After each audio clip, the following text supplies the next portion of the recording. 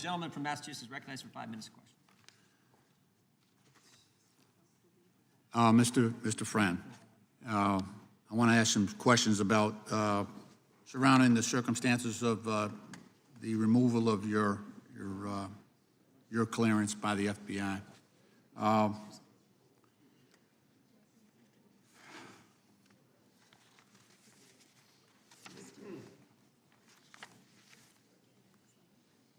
Mr. Friend, I'd like to ask you about your move to the domestic terrorism unit.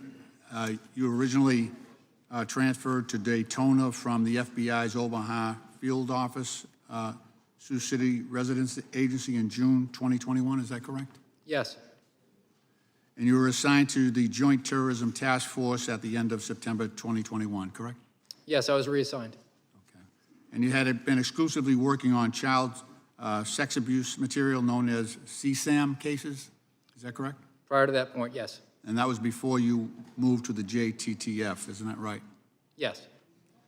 Did you stop working on child abuse cases after October 1st, 2021? No, I did not.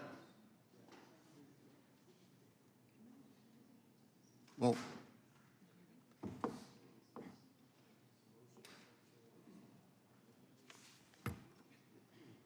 in fact, the FBI planned to find a replacement for you when you moved from one position to the other, is that correct? Which office are you referring to? So,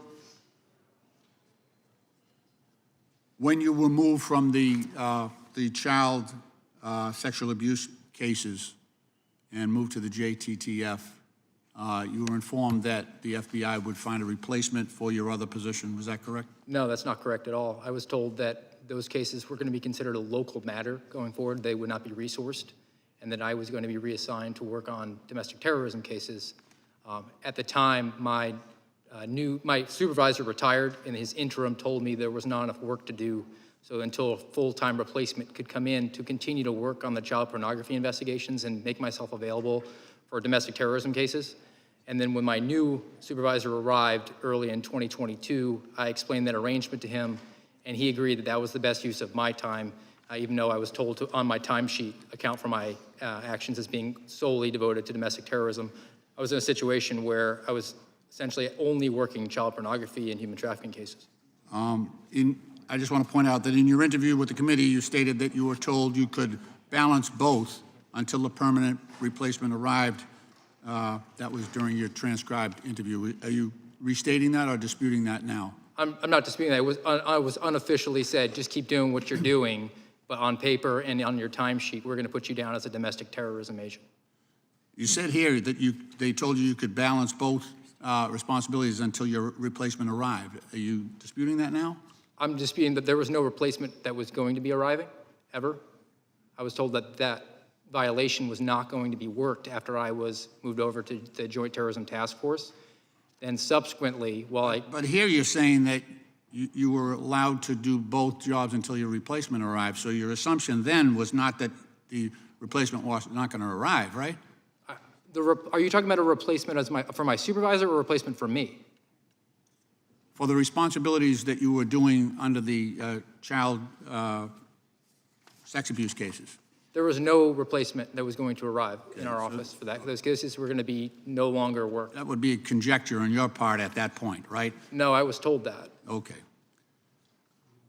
You continued to work the child abuse cases until you were suspended in 2022, correct? Yes. Okay. In fact, you even received an award for your CSAM work in July 2022, correct? Yes. Now, you got this award after you took on all the child exploitation cases for the local sheriff's officer earlier that same year, while also working your JTTF responsibilities, correct? Yes. Okay. You took on the role of a full-time employee assigned to work child abuse investigation cases, correct? I took on the role of whatever I was needed to work. I made myself available to work domestic terrorism, but there was not enough work to do. So could you tell us that you were reassigned, and so first you tell us that you were reassigned and told that the CSAM cases weren't a priority. Then you tell us that not only did they plan on replacing you, they let you continue working those cases until you were suspended. Is that correct?